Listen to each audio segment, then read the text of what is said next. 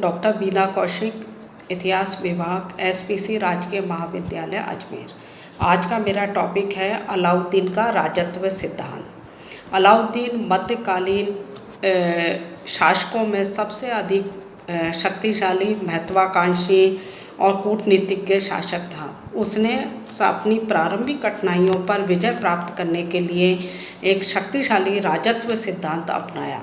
उस राजत्व सिद्धांत में सबसे पहला प्रमुख था निरंकुश राजतंत्र की स्थापना करना। अलाउद्दीन के अनुसार सुल्तान सर्वोच्च है। कोई भी व्यक्ति, चाहे वो अमीर हो, सेनापति हो, प्रशासनिक अधिकारी हो, वो उसे सलाह नहीं दे सकता है। सुल्तान की आज्ञाओं का पालन करना और उसकी आज्ञाएं कानून के बराबर होती हैं। इस प्रकार उसके समय में शासन का पूर्ण रूप से केंद्रीयकरण हो गया था। निरंकुशता अपनी चरम सीमा पर पहुंच गई थी। दूसरा, उसने राजत्व सिद्धांत में कार्य किया कि शासन में इस्लाम के सिद्धांतों का पालन नहीं। सुल्तान राजनीति में धर्म के दखल को पसंद नहीं करता था। उसके अनुसार धर्म और राजनीति दोनों अलग अलग चीज़ हैं और इसी कारण से उसने शासन में ना तो इस्लाम के सिद्धांतों का सहारा लिया और ना ही उलेमा वर्ग से कोई सलाह ली, ना ही खलीफा के नाम का उसने सहारा लिया।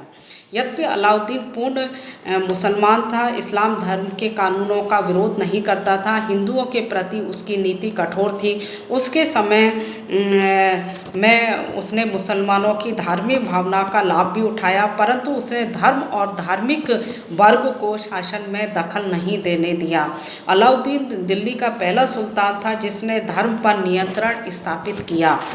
तीसरा, उसने प्रमुख कार्य किया कि अमीरों को शक्तिहीन बनाना। अलाउद्दीन के राजत्व सिद्धांत की एक प्रमुख विशेषता यह थी कि वह अपने समस्त अमीरों व राजकीय कर्मचारियों को शक्तिहीन बनाए रखना चाहता था, जिससे वह उसके सामने विद्रोह ना कर सके। इसके लिए उसने सबसे पहले अमीरों को दी जाने वाली जागीरों को छीन लिया। जागीरों के स्थान पर सैनिकों व राज्य कर्मचारियों को नगद वेतन देना प्रारंभ किया। व्यक्ति के मरने के बाद जागीरें उसके परिवार के पास रह जाती थी, जिससे व्यक्ति राजकीय सेवा में ना रहते हुए भी जागीरों का उपयोग करता था। इसी कारण से उसने सबसे पहले अमीरों की जागीरों की पूर्ण रूप से अपने अधिकार में लिया और जो व्यक्ति सचमुच राजकीय सेवा में हैं उन्हीं व्यक्तियों को जागीरें दी गई। उसका ये मानना था कि यदि अमीरों के पास में धन होगा, जागीरें होंगी बड़ी बड़ी, तो वो विद्रोह करने की सोचेंगे और उसकी शक्ति को उनसे खतरा उत्पन्न हो जाएगा। वह अपने राजतंत्र को पूर्ण रूप से शक्तिशाली बनाना चाहता था और इसके लिए संपूर्ण शक्ति अपने हाथ में केंद्रित करना चाहता था।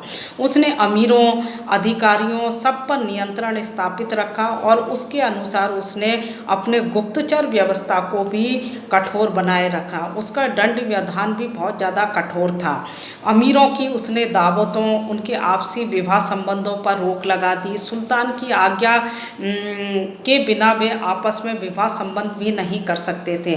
सुल्तान की अनुमति के बिना 5 से अधिक व्यक्ति आपस में बात नहीं कर सकते थे। सार्वजनिक रूप से शराब पीने, जुआ खेलने पर उसने प्रतिबंध लगा दिया। साथ में शराब खरीदने व बेचने पर भी रोक लगा दी। उसके राजत्व सिद्धांत का सबसे जो प्रमुख पहलू है, उसने अमीरों को पूर्ण रूप से उन पर नियंत्रण स्थापित रखा। वो उसकी आज्ञाओं की अवहेलना नहीं कर सकते थे। दरबार में उन पर पूर्ण प्रतिबंध लगा दिया गया था कि कोई भी व्यक्ति 4 अमीर मिलकर आपस में बातचीत नहीं कर सकते थे। यही व्यवस्था हम देखें तो उससे पहले गुलाम वंश में बलबन के द्वारा भी चालू की गई थी। उसने भी अपने अमीरों को कमज़ोर बनाने का कार्य किया, परंतु अलाउद्दीन इनसे भी आगे निकल गया था। वो सुल्तान की शक्ति को और भी ज़्यादा शक्तिशाली बनाना चाहता था और उसने तो धार्मिक व्यक्तियों को भी अपने अधीन किया। उनसे भी राजकार्य में कोई सलाह नहीं ली जाती थी और धर्म और राजनीति को अलग अलग कर दिया गया था। वो पहला सुल्तान था जिसने कि खलीफा से खलीफा के नाम का सहारा नहीं लिया, अपने खुतबे में उनके नाम को नहीं पढ़वाया है।